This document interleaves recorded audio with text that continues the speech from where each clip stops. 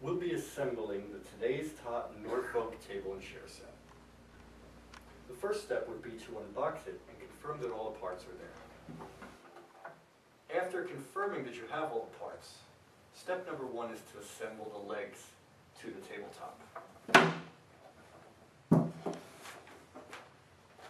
With the 4 longer bolts provided, first slide on the lock washer, then the flat washer, and install the legs. With the table assembled, then we move on to the 2 chairs.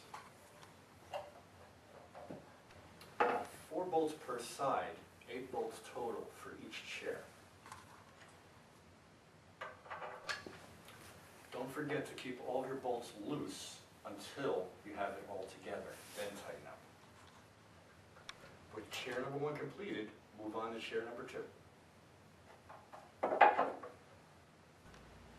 Now go over and tighten up all of your bolts.